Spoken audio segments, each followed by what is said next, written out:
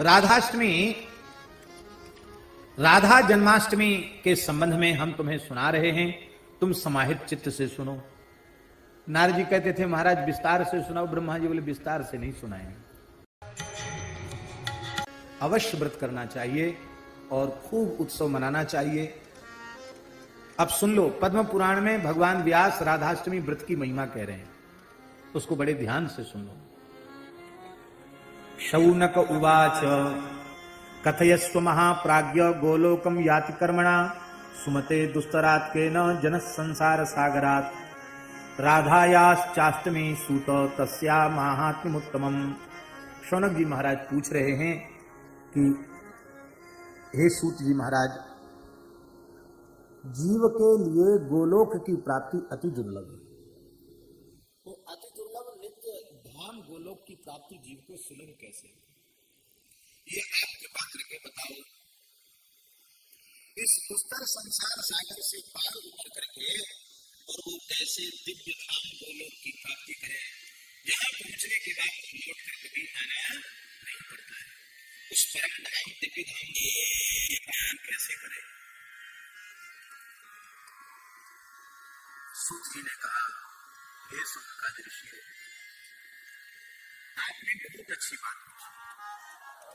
आपने जो प्रश्न किया है, यही प्रश्न एक बार देवर्षि नारद जी ने अपने पिताश्री ब्रह्मा जी से किया। नारद उवाच, क्या कहा था नारद जी ने, बहुत ध्यान से सुने।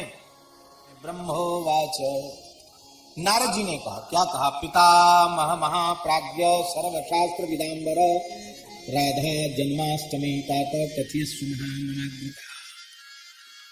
यही प्रश्न नारद जी ने ब्रह्मा जी से पूछा। तो ब्रह्मा जी ने कहा था, बेटा नारद, असार संसार सागर से, अपार दुस्तर भव सागर से पार उतरकर नित्य गोलोक को प्राप्त करके श्री राधा कृष्ण की नित्य सेवा प्राप्त करने का सबसे श्रेष्ठ और सबसे सरल साधन है भादों शुक्ल पक्ष की अष्टमी तिथि आने पर अत्यंत श्रद्धा पूर्वक श्री राधाष्टमी व्रत करें।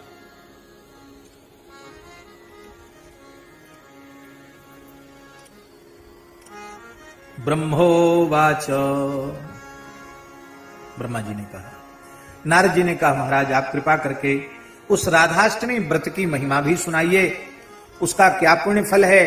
इस राधाष्टमी व्रत को पहले किसने किया था, और अकुर्वताम जनानाम ही किल्वशम किम भवेद द्विज, जो राधाष्टमी व्रत नहीं करते हैं उनको कौन सा पाप लगता, सो भी बता दो। दोनों बातें हैं।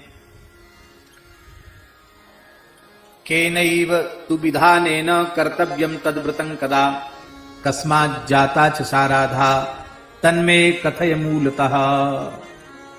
हे भगवान, किस विधि से राधाष्टमी का व्रत करना चाहिए और वह राधा रानी प्रकट कैसे हुई, उनके प्राकट्य की बात भी बताओ।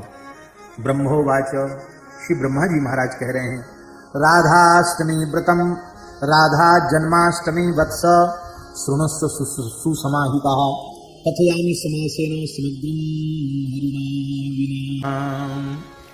राधाष्टमी,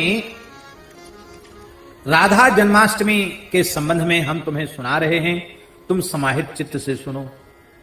नारद जी कहते थे महाराज विस्तार से सुनाओ, ब्रह्मा जी बोले विस्तार से नहीं सुनाएंगे, समासेन संक्षेप में सुनाएंगे। क्यों? भगवान के बिना राधा रानी के तत्व को और कोई दूसरा नहीं जान सकता, कोई दूसरा जान ही नहीं सके तो हम कहां से वर्णन करेंगे, संक्षेप में सुनाएंगे। कथितम तत्फुलम पुण्यम न शक्नोत्यपि नारद कोटि जन्मार्जितम पापम ब्रह्महत्यादिकम नः कुर्वन्ति सकलहत्या तेषां नश्चित् तत्क्षणात्। कहते हैं इसके पुण्य का वर्णन करने की हमें सामर्थ्य नहीं है। करोड़ों जन्मों के ब्रह्महत्या जैसे भयंकर पाप की केवल एक बार श्रद्धापूर्वक उसी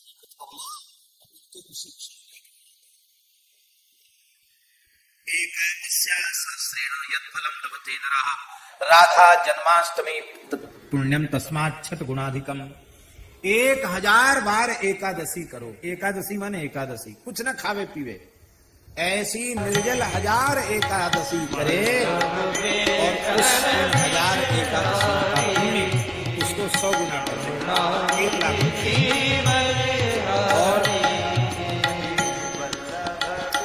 कहते हैं 1000 एकादशी, 1000 एकादशी को 100 गुना कर दो, माने 1,00,000 एकादशी करने का पुण्य, उससे भी 1000 गुना पुण्य, 100 गुना पुण्य राधाष्टमी व्रत करने मात्र से प्राप्त हो जाता है। स्वर्ण दान की बड़ी महिमा है, पर सुमेरु पर्वत के समान कोई स्वर्ण दान करे, उससे जो पुण्य होता वो केवल राधाष्टमी के व्रत से हो जाता है। सकृत राधाष्टमी कृत्वा तस्मात् शत गुणाधिकम। सुमेरु पर्वत के दान से 100 गुना पुण्य राधाष्टमी जन्म महोत्सव पर व्रत करने का है। कन्यादान का भी बड़ा पुण्य शास्त्रों में कहा गया है। 1,000 कन्याओं का दान करे, 1000 अत्यंत अभावग्रस्त परिवार की कन्याओं का विधिवत विवाह करे, उससे जो पुण्य होगा वह पुण्य केवल एक बार राधाष्टमी व्रत कर लेने से हो जाता है। वृषभानुसुताष्टम्या तत्फलम प्राप्यते जनैः गंगादिषु च तीर्थेषु स्नात्वा तु यत् फलम भवेत् कृष्ण प्राण प्रियाष्टम्या फलम प्राप्नोति मानवः। गंगा आदि धरती की समस्त पवित्र नदियों में स्नान से जो पुण्य होता है, उसका सैकड़ों गुना पुण्य केवल राधाष्टमी व्रत से हो जाता है। एतद् व्रतं तु यह पापी हेलया श्रद्धया पिवा करोति विष्णु सदनम गच्छेत कोटि कुलान्वितः। कहते कोई पापी मनुष्य, बहुत श्रद्धा नहीं है उसकी, पर उसके द्वारा हो गया ये व्रत, तो कहते वह अपने कुलों के सहित भगवान के धाम में जाने का अधिकारी हो जाता है। पुरा कृतयुगे वत्स वर नारी सुशोभना। पूर्व काल की बात है, सतयुग के समय में एक बड़ी सुंदर स्त्री थी, वर नारी सुशोभना, सुमध्या हरिणी नेत्रा शुभांगी चारुहासनी। बड़ी सुंदर मध्य भाग वाली, शुभांग वाली, पवित्र अंगों वाली, निर्दुष्ट अंग वाली और सुंदर हास्य वाली, हरिणी के समान नेत्र वाली एक बड़ी सुंदर सुकेशी चारुकर्णी, जो सुंदर केश और कर्ण वाली लीलावती नाम की एक परम दिव्य स्त्री थी, नारी थी। तया बहुनी पापानि कृतानि सुदृढ़ानि च। कई बार रूप भी हमारे पतन का कारण बन जाता है। उस स्त्री का वह उत्तम रूप, लीलावती नाम था उसका वह उत्तम रूप ही उसके पतन का कारण बन गया। उसने बहुत से पाप किए। एकदा साधना कांक्षी निश्चित देखो 12 बरस में भूरे के दिन भी बदलते हैं। आखिर पाप कर्म करते करते इसके मन में एक बार ग्लानि हुई, मन में आया कि अरे मैं ठीक नहीं, कितना दुर्लभ शरीर भगवान ने हमको दिया और हमने मनमाने कर्म करके। थोड़ा वैराग्य जगा उसको, लीलावती को वैराग्य जगा तो अपने नगर से बाहर की ओर वो आई, अपने नगर से बाहर आई। साधन, कोई ऋषि मुनि महात्मा से हमको साधन मिले, इस इच्छा से आई। और वहां आकर के उसने क्या देखा कि कुछ महात्मा लोग, वैष्णव लोग एक मंदिर में राधाष्टमी उत्सव मना रहे हैं। राधा कृष्ण के विग्रह का स्वरूप का सुंदर दूध दही घृत पंचामृत से अभिषेक कर रहे हैं और बड़ा सुंदर कलश आदि रख करके सुंदर उत्सव मना रहे हैं। तो उसको बड़ा आश्चर्य हुआ, वो विचार करने लगे कि क्या, उसके लिए तो नया था, ये क्या हो रहा है। राधाष्टमी व्रत परा सुंदरे देवतालय गंध पुष्पैर धूप दीपै वस्त्रै नाना विधि फलैः। गंध पुष्प दीप अनेक प्रकार के फलों से भक्ति पूर्वक श्री राधा रानी के श्री विग्रहता राधाया मूर्ति उत्तम लिखा है महाराज जी इस पर। इसलिए इस तिथि पर घर में राधा रानी का स्वरूप, ठाकुर जी का जो स्वरूप है, उनका जरूर पंचामृत से विधिवत अभिषेक कराना चाहिए, सुंदर श्रृंगार करना चाहिए, सुंदर भोग धराना चाहिए। और फिर इसके बाद बधाई उत्सव करने भी लिखा हुआ है। क्या करना चाहिए? केचिद गायन्ति नृत्यन्ति पठन्ति स्तवमुत्तमम्। कुछ नाच रहे हैं, कुछ गा रहे हैं, कुछ बजा रहे हैं, कुछ सुंदर सुंदर स्तोत्रों से राधा रानी की स्तुति कर रहे हैं। ताल वेणु मृदंगाश्च वादयन्ति चिके मुदा। कोई ताल तबला बजा रहे हैं, कोई बांसुरी बजा रहे हैं, कोई मृदंग बजा रहे हैं। प्रसन्न होकर के ऐसे लोगों को देख करके वह पहुंची और अत्यंत विनयान्वित होकर के उसने प्रणाम किया और उसने पूछा कि आप क्या कर रहे हो, आप कृपा करके बताओ। उसकी बात सुन करके उन वैष्णवों ने कहा, तुम वैष्णवा व्रत तत्परा, व्रत तत्पर वैष्णवों ने कहा। उन वैष्णवों का एक नया नाम दिया है, राधा व्रतिन ऊचुहु। राधा व्रती वैष्णव वे बोले कि हे देवी, भाद्रे मास शीताष्टम्याम जाता श्री राधिका यतः अष्टमी साध्य संप्राप्ताम कुर्वाम प्रयत्नतः। भादों के शुक्ल पक्ष में अष्टमी तिथि को श्री राधा रानी का जन्म हुआ है, इसलिए अत्यंत प्रयत्न पूर्वक हम लोग श्री राधाष्टमी व्रत कर रहे हैं, राधा जी का उत्सव मना रहे हैं। और देखो देवी, गोघात जनितम पापम स्तेयजम ब्रह्म घातजम परस्त्री हरणा चैव तथा च गुरुतल्पगम विश्वासघातकम चैव स्त्री हत्या जनितम तथा एतान्नाश्यन्त्या सुकृतायाश्चाष्टमी नृणाम। देखो देवी, किसी से जाने अनजाने गोवध का पाप हो गया हो, चोरी हो गई हो, ब्रह्म हत्या हो गई हो, परस्त्री हरण का पाप लग गया हो, गुरु स्त्री गमन का पाप, गुरु तल्प गमन का पाप लगा हो, विश्वासघात का पाप लगा हो, स्त्री हत्या का पाप लगा। महाराज, स्त्री हत्या के लिए लिखा है स्कंद पुराण में, पांडे जी, 100 ब्रह्म हत्या के बराबर एक स्त्री की हत्या का पाप है। तो स्त्री हत्या का पाप भी नष्ट हो जाता है। ऐसे जो भयंकर भयंकर पाप हैं, ये भयंकर पाप भी उसके नष्ट हो जाते हैं। जो श्रद्धा पूर्वक श्री राधाष्टमी व्रत को करता है, अब तो उसको सुन करके उस स्त्री को अपने पाप याद आने लगे, वो रोने लगी। उसने कहा, महात्माओं, मैंने तो बहुत पाप किए, मेरा रूप ही मेरे विनाश का कारण बन गया, अब मेरे ऊपर भी कृपा करो कि मेरे ये सारे पाप नष्ट हो जाए, मेरा कल्याण हो जाए। तब उन वैष्णवों ने कहा, राधा व्रतियों ने कहा कि देवी, दुख मत करो, श्री कृष्ण पतित पावन है, राधा रानी पतित पावनी है, वे तुम्हारी ऊपर कृपा करेंगी, तुम श्रद्धा पूर्वक राधाष्टमी व्रत करो। अब तो प्रसन्न होकर उसने कहा कि मैं अवश्य राधाष्टमी व्रत करूंगी। तत्रैव व्रतवि सार्धं कृत्वा सा व्रतमुत्तमम्।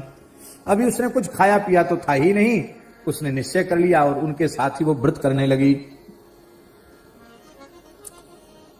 संयोग की बात थी, वो व्रत करके लौट रही थी, उसी समय एक सर्प पर पैर पड़ गया, कोबरा काला सांप था, पैर पड़ गया और उसने उसको डस लिया और उससे वो मर गई। यमराज के दूत आए और उसको फंदा में डाल करके ले जाने लगे लीलावती को। पास मुदगर पाणया, उनके हाथ में काल पास, डंडा, मुदगर सब थे उनके हाथ में। और महाराज जैसे ही वे उसको यमराज के यहां ले जाना चाहते थे, उसी समय भगवान के पार्षद शंख चक्र गदा पद्मधारी 4 भुजा वाले भगवान के पार्षद प्रकट हो गए। दिव्य स्वर्ण में विमानों में बैठ करके महाराज जी आए थे। उन्होंने चक्र धाराओं से पास के टुकड़े टुकड़े कर दिए और उसको प्रेम से उसको विमान में रथ में बिठा लिया। एक रथ लेके आए थे, उसको बिठा लिया और वे बड़े प्रेम से गोलोक धाम उसको ले गए। निन्युर्विष्णुम पुरुम तेच गोलोकाख्यम मनोहरम, गोलोक धाम उसको ले गए।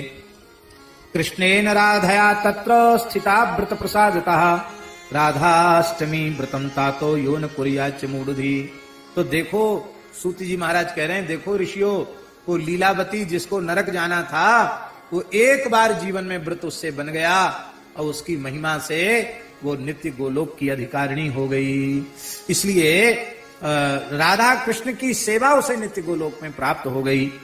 इसलिए जो राधाष्टमी व्रत नहीं करता है वो मूढ़ मनुष्य है। नरकान निष्कृतिर्नास्ति कोटि कल्प शतैरपि, तो करोड़ों कल्पों तक भी नरक से उसका उद्धार नहीं होगा। और स्त्रियश्चयान कुर्वन्ति व्रत में तच्छुभप्रदम, जो पुरुष नहीं करते उनको ये पाप लगता है, जो स्त्रियां नहीं करती उनको भी यही पाप लगता है। ये इस व्रत को करने से श्री कृष्ण प्रसन्न हो जाते हैं, राधा रानी प्रसन्न हो जाती हैं, सारे पाप नष्ट हो जाते हैं और अंत में भगवान के नित्य धाम को प्राप्त करता है। और जो नहीं करता उसको यमराज के यहां जाना पड़ता है। बोलो भक्तवत्सल भगवान की जय। राधाष्टमी की कथा जो श्रद्धा पूर्वक सुनता है वो संपूर्ण पापों से मुक्त होकर के भगवान के धाम में पहुंचने का अधिकारी हो जाता है। सर्व पाप विनिर्मुक्तश्चान्ते याति हरेर गृहम। बोलो राधा रानी की जय।